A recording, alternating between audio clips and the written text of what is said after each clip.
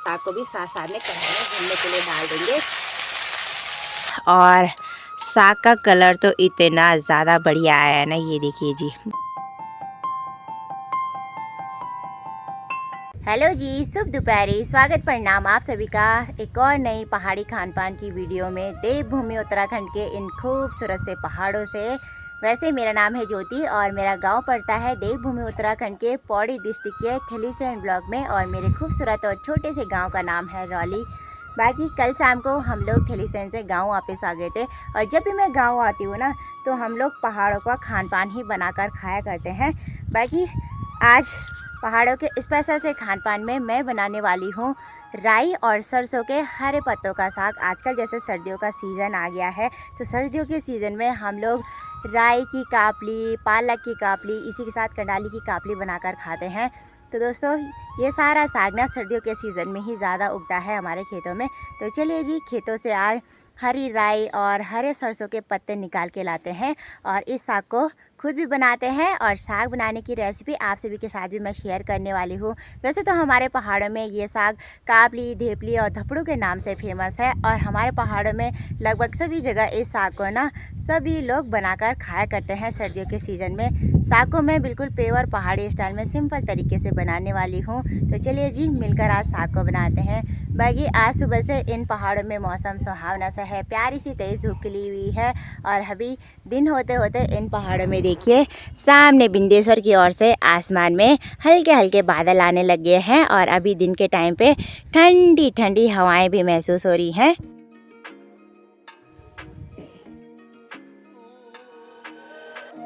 अभी आ गई हूँ मैं अपने सगोड़े में, और आजकल देखिए हमारे सगोड़े में खूब सारी राई हो रखी है, वो भी बहुत बड़ी बड़ी।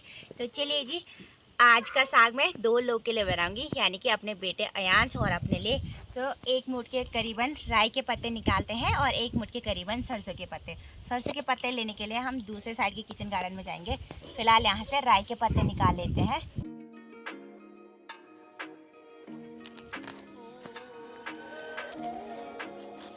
यहाँ ऊपर साइड देखिए खूब सारी मात्रा में सरसों हो रखा है।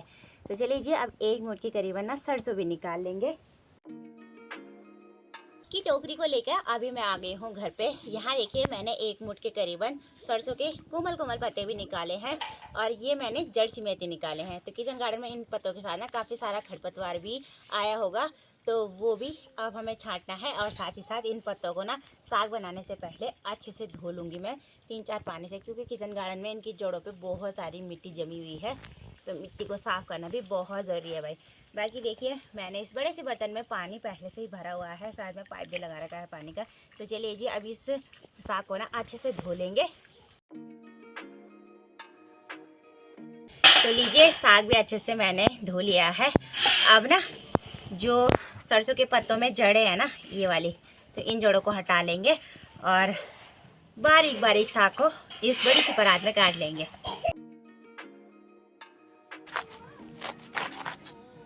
तो राई और सरसों को मैंने परात में देखिए कुछ ऐसा बारीक बारीक काट लिया है। अब इस परात को रख देंगे साइड में। बाकी आज का दिन का लंच मैं बनाने वाली हूँ अपने आंगन में हमेशा की तरह। तो चलिए जी, अब सबसे पहले ना आग जला लेंगे। आज का खाना भी मैं चूल्हे में बनाऊंगी लकड़ियों पे।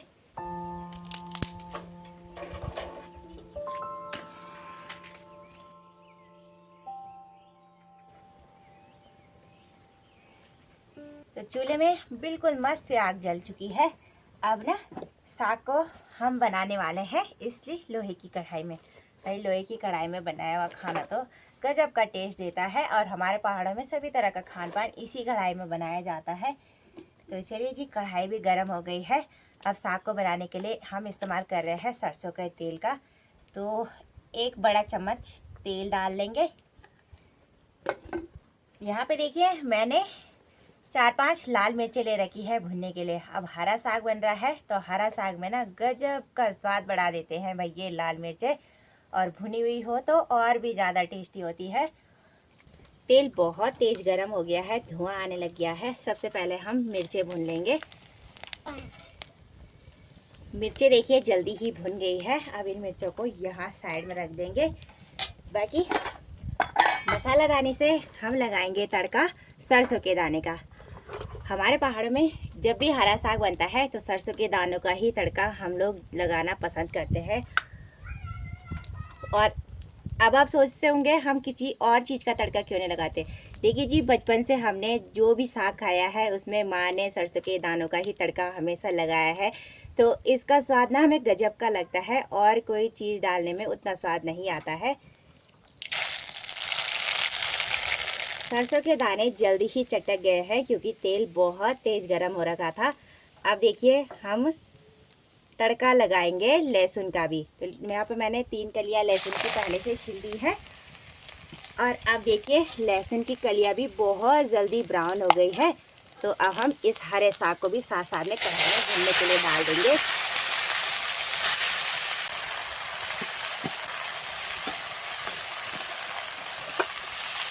और साग जल्दी से गल जाए उसके लिए हम मसाला दाने से 1 चम्मच ये मोटा वाला गाढ़ा वाला लौंग डाल देंगे। नमक को हमारे पहाड़ी लैंग्वेज में लौंग बोलते हैं। तो चलिए जी, 1 बड़ा चम्मच नमक काफ़ी है साग को गलाने के लिए। अब इन सारी चीज़ों को ना 2-3 मिनट में अच्छे से भून लेंगे। इस साग को कढ़ाई में भूनते हुए 4 से 5 मिनट हो गए हैं और राई में इतना ज़्यादा पानी था, देखिए छुटके हुए पानी में अच्छे से भून गई है और थोड़ा थोड़ा गल भी गई है। और गलने के बाद देखिए इसकी मात्रा ना कढ़ाई में थोड़ी ही कम हो गई है। अब देखिए हम एक घोल बना लेंगे इस साग में गाढ़ापन लाने के लिए। ये साग ना थोड़ा सा पतला होता है, तो हमारे पहाड़ों में ना इस साग में गाढ़ापन लाने के लिए या तो चावल का घोल डाला जाता है या तो घर के गेहूं के आटे का। तो इस कटोरी में मैंने 2 बड़े चम्मच घर के गेहूं का आटा ले रखा है। तो चलिए जी, अब इस कटोरी में घोल बना लेंगे और साथ ही साथ मसाला दाने से हम मसाले भी डाल देंगे। तो 1 चम्मच डाल देंगे हम धनिया पाउडर, आधा चम्मच डाल देंगे हल्दी पाउडर और इसी के साथ आधा चम्मच डाल देंगे लाल मिर्ची पाउडर। और अब पानी डाल लेंगे अपने हिसाब से और इन सारी चीज़ों को ना अच्छे से मिक्स कर लेंगे। बाकी घोल बनाते समय एक बात का ध्यान भी रखना पड़ता है, इसे ना अच्छे से हाथों की मदद से बारीक करना पड़ता है ताकि इसमें गांठ और लम्स जैसी ना बने। ये देखिए जी कुछ ऐसे। और हम लोग तो ज़्यादातर घोल को हाथों से ही बनाते हैं ताकि जल्दी भी बन जाए और एक भी गांठ ना बने। घोल भी हमारा अच्छे से बन गया है और अब इस घोल को ना हम सीधा डाल देंगे कढ़ाई में। अब इन सारी चीज़ों को ना अच्छे से मिक्स कर लेंगे। अब पानी के साथ साग को अच्छे से मिक्स कर लेंगे और इस थाली से ना कढ़ाई को हम ना ढक लेंगे ताकि साग 5 से 10 मिनट में जल्दी से पक के तैयार हो जाए। हम इस हरे साग को चावल के साथ दिन के टाइम पे ज़्यादा खाना पसंद करते हैं। तो भाई बाहर अगीठी वाले चूल्हे पे तो साग पक रहा है। तो देखिए इतने में मैंने यहाँ गैस वाले चूल्हे पे थोड़ी देर पहले चावल पका के भी तैयार कर लिए हैं। गैस को मैंने बंद कर दिया है। अब चलते हैं अपने किचन गार्डन की ओर दोबारा से। आजकल किचन गार्डन में खूब सारी मूली भी हो रखी है। तो चलिए जी, सलाद के लिए मूली और साथ में माल्टे लेके आते हैं। तो यहाँ सामने पे रहा जी, ये है पहाड़ी माल्टे का पेड़। और आजकल देखिए इस पेड़ पे ना खूब सारे माल्टे धीरे धीरे करके अब पकने लग गए हैं। ये देखिए पीले पीले पड़ चुके हैं ज़्यादातर माल्टे, ये देखिए। और इन माल्टों का स्वाद भाई बहुत मीठा होता है और रस तो भर भर के होता है इन माल्टों में। तो यहाँ से एक एक माल्टा तोड़ लेंगे और साथ ही साथ सामने की ओर से यहाँ से एक मूली भी निकालेंगे सलाद के लिए। तो देखिए आजकल यहाँ किचन गार्डन में ये देसी मूली ना खाने लायक हो गई है, यहाँ आगे की ओर भी। तो चलिए जी, अब एक मोटी मोटी जड़ मूली की निकाल लेंगे। पहले देखते हैं कि कौन सी है मोटी सी। तो यहाँ पे देखिए ये काफ़ी बड़ी बड़ी और एक ये है, इसे निकालेंगे। चलो, तो आज के सलाद के लिए काफ़ी है भाई ये।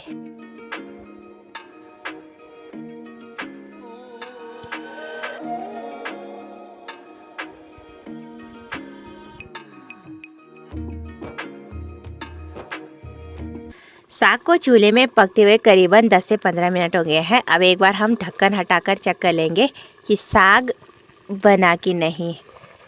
तो भाई थाली बहुत ज़्यादा गर्म हो गई है और यहाँ पे देखिए एक्स्ट्रा पानी कढ़ाई से सारा सोख हो गया है और साग का कलर तो इतना ज़्यादा बढ़िया आया है ना, ये देखिए जी, बहुत ही गाढ़ा गाढ़ा। और भाई देख के ही मुंह में पानी आ रहा है भाई इस साग को। तो चलिए जी, साग अच्छे से बन चुका है। अब कढ़ाई को हम चूल्हे से नीचे उतार लेंगे। कक्कड़ देखिए काफ़ी गर्म हो रखे हैं, कपड़ा लाना पड़ेगा उतारने के लिए भी। मिल गया रे। तो चलिए जी, अब आंगन में बैठ के ही टेस्टी सा लंच का आनंद ले लेते हैं। यहाँ पे देखिए मैंने इस छोटी सी थाली में देखिए सलाद में मूली भी काट दी है और इसी के साथ बाल्टा भी। अपने और अयांश के लिए मैंने लंच की थाली भी परोस दी है और अयांश ने देखिए स्टार्ट भी कर दिया है लंच करना। आज के लंच में मैंने बनाया है चावल, साथ में सरसों और राई के पत्तों का मिक्स हरा साग और इसी के साथ इतना सारा सलाद भी ले रखा है। तो चलिए जी, एक बारी में आप टेस्टी टेस्टी लंच खाने का आनंद ले लेते हैं अयांश के साथ, है ना। खाओ तो, टेस्ट करो तो कैसे बना खाना।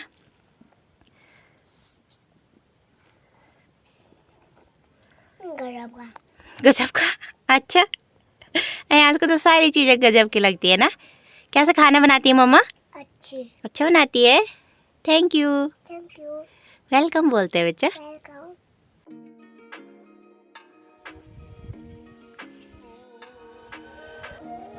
दिन का टेस्टी सा लंच भी मैंने और अयांश ने कर लिया है। आज का लंच बहुत ही ज़्यादा स्वादिष्ट बना हुआ था। भाई हरा साग तो मेरा फेवरेट है। जब भी मैं गांव आती हूँ ज़्यादा हरे साग को बनाकर ही खाना पसंद करती हूँ। बाकी हमारे पहाड़ों के खान पान की बात ही नेक्स्ट लेवल की होती है। यहाँ का खान पान ऑर्गेनिक होने के साथ साथ इस साग को बनाने का तरीका बहुत ही आसान होता है। और सबसे मेन और प्लस पॉइंट की बात पता है क्या है? यहाँ पर जितना भी खान पान बनता है ना, इसे बनाने की सामग्री आसानी से घर पे ही मिल जाती है। मतलब मार्केट से हमें नमक के सिवाय और कुछ भी नहीं लाना पड़ता।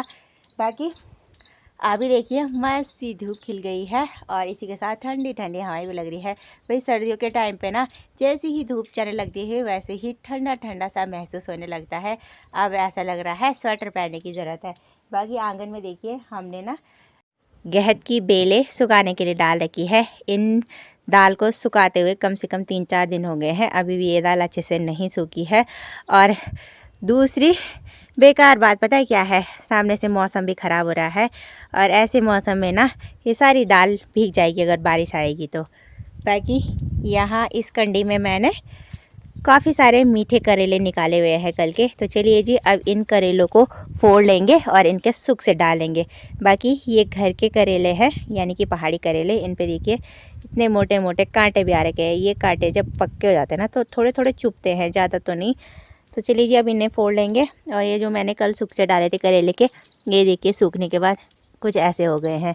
अभी तो ये बहुत बारीक होंगे जब अच्छे से सूख जाएंगे।